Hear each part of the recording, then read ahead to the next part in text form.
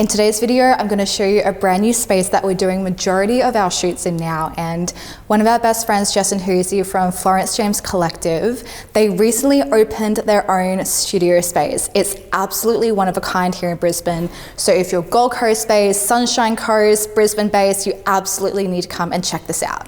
I'm also going to show you some new gear that we've been using mainly to do with lighting. So let me give you a quick tour of the space first, and then we'll get stuck into the behind the scenes. So this is the front area as you walk in. We've got a makeup station, a beauty mirror here as well, kitchen, fridge, everything that you need. And then we come into the main space of the warehouse, and this is what it looks like. You've got a full prop collection on the side, wardrobe, lighting, high ceilings. It's truly one of a kind. Now, if you're a photographer, you've most likely heard of a brand called Neewer, and I have purchased from Neewer ever since I started doing product photography. They actually reached out to me and they were so kind to send me a few pieces of gear to add to my collection, and I'm going to show you what they sent me. Now, these items are going to help make your life a little bit more efficient when you're on set and just help you to elevate your work and add a bit more visual interest to your content. So the first way that I'm using C-stands is to hold up my paper roll backdrop. I've just gone with a short paper roll for here because I don't need a lot of space. But as you can see, it's incredibly sturdy and very easy to set up as well. So I've got my backdrop up. Now we desperately need to add some lighting to this scene. Now the first thing I'm going to show you is this new softbox that we got. And this is a collapsible softbox. Perfect if you are out on location, you have a small studio space, so there's not a lot of room to store soft boxes. And I'm going to show you how easy it is to put this up. So let's go. So the softbox is 105 centimeters. For me, the bigger the softbox, the better, the more light I can disperse onto my scene. So let's see how long it takes for me to set this up.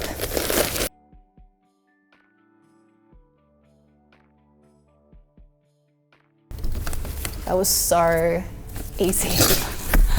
That took me like, what, 15 seconds? How good?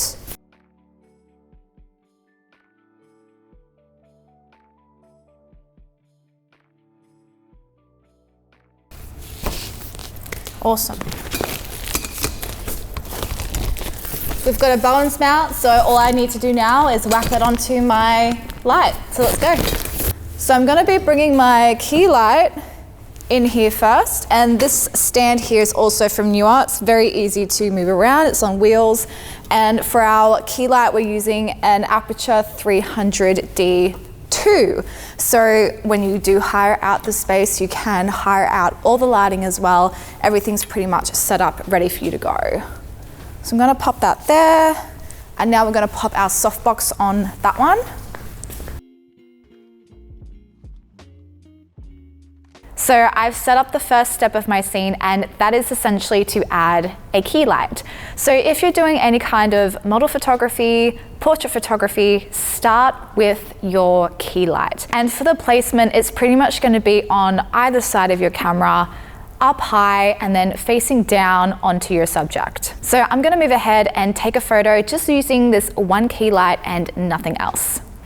I'm using my iPad to take the photos myself. It's connected to my camera via the Canon Camera Connect app, and I'm just trialing out a few poses, so I've got heaps of options in post to see what I like best. And here's how the photo has turned out. So the next thing I want to do is bring in my clamshell reflector. So this is essentially going to bounce the lights from the Aperture key light there back onto my face and fill in some shadows below my jawline and to the left side of my face. It just adds a nice glow, and we use this a lot for our model product photography when working with beauty products. The clamshell shape is really handy because it's going to give a really beautiful rounded glow to your subject.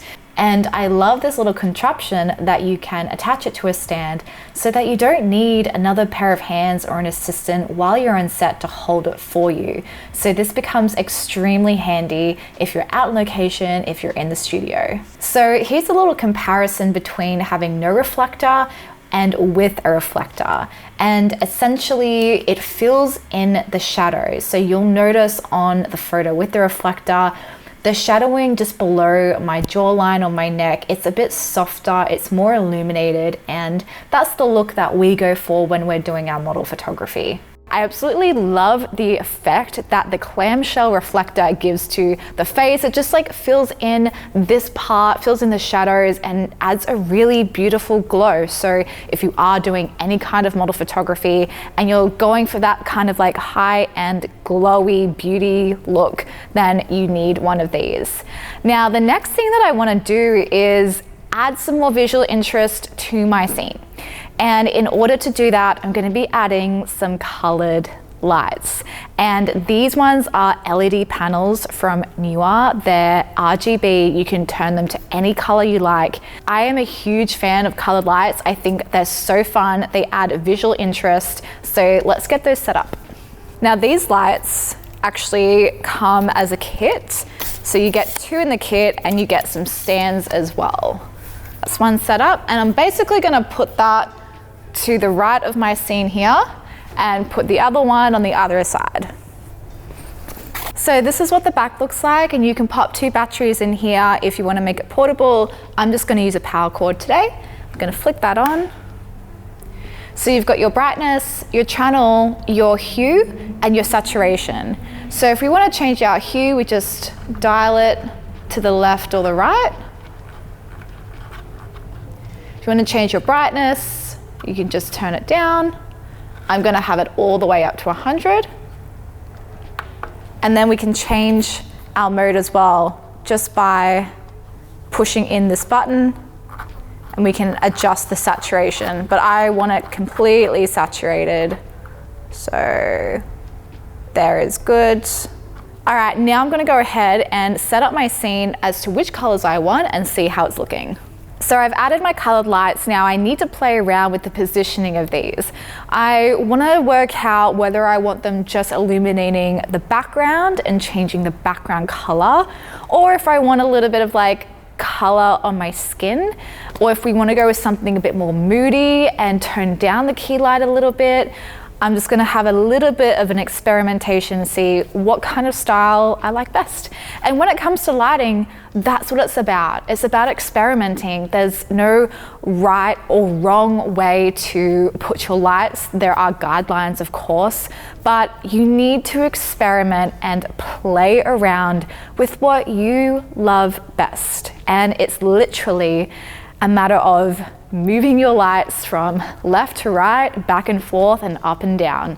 And obviously adjusting your brightness, saturation of your color, your hue, and things like that. That's all that's involved. So make sure that you don't put pressure on yourself to get lighting right the very first time you set them up. It's a matter of moving things around and seeing what works to your eye. So for this scene here, I'm just playing around with the positioning of my colored lights and what potentially might look best for my face.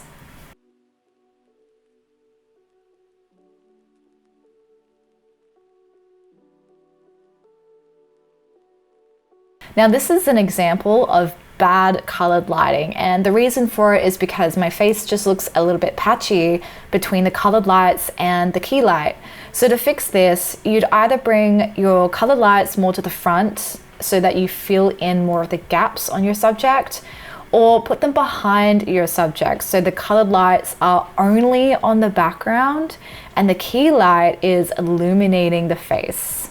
So I decided to bring the colored lights more towards the front of my face so that the color is more evenly spread. So it's just softened that color a little bit, and it's removed a lot of that patchiness that you saw in the previous photo.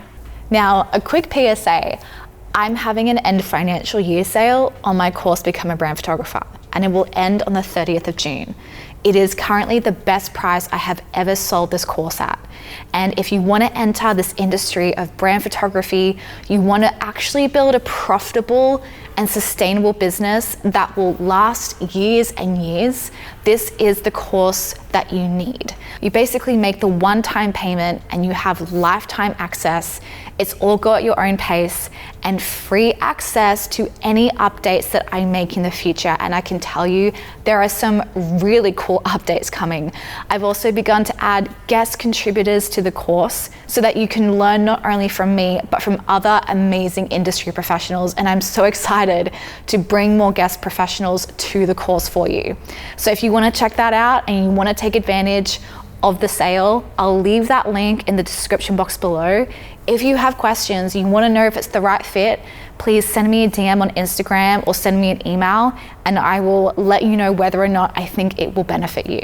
So as you can see, we've built this scene piece by piece. We started with our key light, added in the reflector, and then added more visual interest with the colored lights. I also turned down the power of the key light a little bit more so I could get slightly more moodier photo, and I encourage you to experiment with your lighting, the output, the color, and the positioning. Now in the description box below, I will link all of the Neewer products that I've used today so you can go check them out. And I'll also link to you the Florence James Studios website. So if you're in Brisbane and you want to shoot in a one-of-a-kind studio where it's literally a content creator's playground here, go and check them out. Highly recommend come in and have a play. So I hope that this video has given you some ideas, it's given you some more insight into the type of gear that you could use for model photography, portrait photography, even your own self-portraits if you want to do them at home or in a studio. If you have any questions or even any other kind of topics you want to see on my YouTube channel, let me know in the comments below. Let's have a chat. Otherwise, I'll see you in the next video.